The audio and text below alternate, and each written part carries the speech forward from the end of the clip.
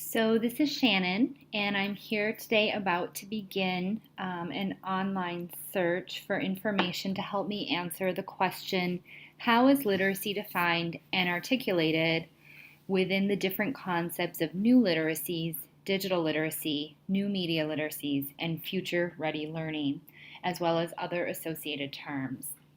In order to prepare for this search, I had several actions I needed to take. I first arranged a note-taking document and now have a search engine open and will be recording my search and trying to process some of my metacognitive practices and thinking as I pursue information to address my question about how to define and articulate literacy within each of the key terms I just mentioned. In thinking about launching this, I realized I've done a lot of think-alouds with students, and what's different between this activity and that is that normally I have a target strategy in mind and I prepare to sort of get under the hood of my thinking and share that with children through the opportunity to think aloud as I use a text with them. In this instance, it's a little bit different because what I'm really trying to do is understand my own process, and I'm using my self-talk to sort of unpack what it is that I'm doing as a literate person as I search for the information that I'd like to address my questions. So with that frame of mind, I will begin my search again, just using a simple Google search engine. And I'm going to begin by searching for the term new literacies. And in doing that, I noticed that Andrew was particular in using uppercase N and uppercase L on new literacy, so I'm going to do the same. And I noticed that I get some results immediately amongst the almost 600,000 results available that pull up resources that we frequently see when we're doing an online search. I notice my first search here is an ad, so I understand that there's some monetary exchange taking place in this particular site coming up first in my search, and that's something to keep in mind and something we might think about teaching students. I also notice, of course, that I get a Wikipedia entry, which will help me get an early understanding of what new literacies might mean. So as I begin that, I would actually read that definition to help me with a general understanding and also to think about potential other keyword searches I might use if I'm going to continue to pursue this line of inquiry. So Wikipedia will define new literacies, stating generally they are new forms of literacy made possible by digital technology developments, although new literacies do not necessarily have to involve use of digital technologies to be recognized as such. So the although statement there is interesting to me, but I'm not going to pursue a thread with Wikipedia. I am going to make a note that people who search for new literacies may also use search terms that Google identifies here with their People Also Ask features. Now, as I'm scanning the results that I have, what I'm thinking about is what are the sources of information that are coming up early in this search, the top hits, so to speak. I see I have a Wikipedia entry. I see I have something from Reading Rockets, which is a source I have used in the past, educating both families and also other educators. So that's something I might pursue. I see I have a resource from something called Hack Education. I'm not at all familiar with that, and I see the citation is from 2014, which means it's within 2 years, but I think I'm going to skip that as well. However, I now see a resource that's very familiar to me, and it's a resource I rely on in the past, which is ASCD, the Association of Supervision for Curriculum and Development, if I'm remembering the acronym correctly. And because I rely on that resource, I may in fact pursue that one. However, I'm also noticing that there's a resource here with a citation from DJ Liu, L-E-U, and I've read work from Dr. Liu before, so I may in fact check to see if that's a resource I would like to investigate further. So having done this very early search, I'm going to stay on my first page of results, and I think because I want to get a general understanding of new literacies, I'm going to go with a resource that I know could be used by lay people as well as educators, and I'm going to check out the Reading Rockets site. So I'll click to enter and see what sort of information becomes available to me from there. All right, so new literacies It seems we have an article written by two authors. Neither of those names are familiar to me, so I'm just making a note of that. I'm going to take a look first at the title. Students are immersed in 21st century new literacy technologies, but are schools preparing them for the future? So I have to think about the angle of this article and what information I might reap from reading it. They're making a claim already in the title that students themselves are immersed, they say, in new literacy technologies, and then pose the question, are schools actually preparing children for the future? So I'm going to suppose that there's going to be an argument made here that some schools may be doing well with this, others may not, and that there are considerations to keep in mind when we take into account that children are immersed in new literacies outside of school contexts, but in fact perhaps schools may not be supporting them. And given that I have children that I teach who may not have access to 21st century technologies as readily as children in other communities, I am interested in this article. So I'm not going to read it right now. What I'm actually going to do is just grab a copy of the link and put it in my note document here so I can come back and read it later. So I understand the title. I see it's a brief resource. It's going to give me some information about instruction, teaching mandates, and learning from other nations. So it does look like an interesting overview. And I'm going to hold on to that link right here and come back to it, as I said, later. So let's go back and see if there's another resource here that might be interesting to me. Again, I had called out before that ASCD is an organization that I put some faith in. So I'm going to check this link on Educational Leadership, which is one of their publications, Technology Rich Learning New Literacies, ellipsis. So we'll find out more about the title as we click in. All right, so it looks like the resource available to me right now was published in the Educational Leadership Journal, which I generally find to be a very friendly journal to read, not too academic. And it was published in March 2013. So again, it's a couple years old. Let's take a look at the title and see if we can understand what the perspective of the author might be in this work. So this author is writing about new literacies in the Common Core, which, using my schema or background knowledge, I know is informing our work today in a huge way. Obviously, we're implementing Common Core standards for English language arts here in Minnesota. And so this article may be interesting for me.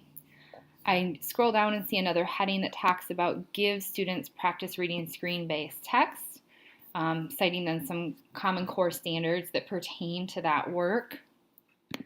That's something I would be interested in reading. We'll close this pop-up. I also see we have prompts for close reading of non-print and print text. And I think this could be really informative for me, and I'm going to think of my perspective here as a literacy coach. When I think about opportunities to coach across content areas or to coach into digital literacies in our general education classrooms, there are some prompts and language here that might be helpful to me. And then giving students practice in digital writing, I like that this article is going to address digital literacies both from the receptive, where they're reading text available online, and also productive. So it's important to think about what students might be producing to communicate on their own behalf online. And now this also is really important to me, talking about giving students practice with collaborative writing. So just in scanning this, I think I will read this article a bit later. Like I said before, I'm going to take that link and just copy it over. Right now I'm not being too careful in how I name those links. I'm just going to make note that I'm going to grab a couple resources for each of my key search terms to get me started with some learning here. And just as a matter of interest, I see two more resources that I think I will want to investigate further. And one is the New Literacies Research Lab. I noticed that that's associated with the University of Connecticut, so reputable public university. And I'm going to click here just to see what kind of resources they make available. I have looked at this resource in the past because there is a researcher there where I've read other work, so I feel like I can trust this as a resource. I'm definitely going to grab this link to remind myself that I should revisit this site. It's been perhaps 6 months since I've looked at any of their resources, and I think that would be a valuable thing for me to do. And again, the researcher here, in fact, is Donald Liu, who has a citation available on my search outcomes. So I'm going to take a look at his best practices in teaching the new literacies of online research, and see that I have a text chapter available to me in PDF form. I really appreciate when I'm able to pull down a section of text online. Obviously, this is sort of a crosswalk between new literacy for me reading online, or if I were reading this in hard copy. I'll be frank and say I'm likely to print this out, and I see this was included in an edited text. So let's download this to make it available to me. I'm just going to throw it into the folder I have available for our current class. And generally when I download a research article, I start with the header article, and I'm going to leave the rest of the title for now until I've read it and determine if I'm going to keep it in my files. So let's go back now. I see I've found 4 resources that I'm going to investigate further to help me understand new literacies. And I want to now begin to find some resources to help me address my second question. So given that the key terms were provided to us, I'm going to now change my search from new literacies to that of digital literacy to determine if I have any alternative information that becomes available to me. And as I'm typing in, one thing that's important maybe for us to think about when we're teaching students is that Google and other search engines will provide suggestions for search terms you might use. And one thing I'm noticing here is that digital literacies is going to be the first suggested search, but the next is digital literacy assessment, and that's actually something I'm pretty interested in learning more about. So I'm just going to hold on to that thought for a later search. So when we look at digital literacies, we'll see that Google organizes the results in the same fashion it did for our search on new literacies. Digital literacy, a definition is provided for us from the generic resource Wikipedia, which another student in our course posted, that we need to remember that that is essentially crowdsourced. So there's some vetting there and that people are reading and editing the work of others, but it is not a research-based source and can't be counted on to be entirely accurate. However, when you're just looking at an early definition, it might be important to teach students that they could read that to kind of anchor themselves, consider other keywords, and then move on. So I see that we have a digital literacy entry in Wikipedia. I see I have U.S. digital literacy, which is a U.S. address. It's not a government address, so I'm actually a little bit curious about what the source is for that. I see we have a WordPress, so someone is producing a website there that may or may not be academic in nature.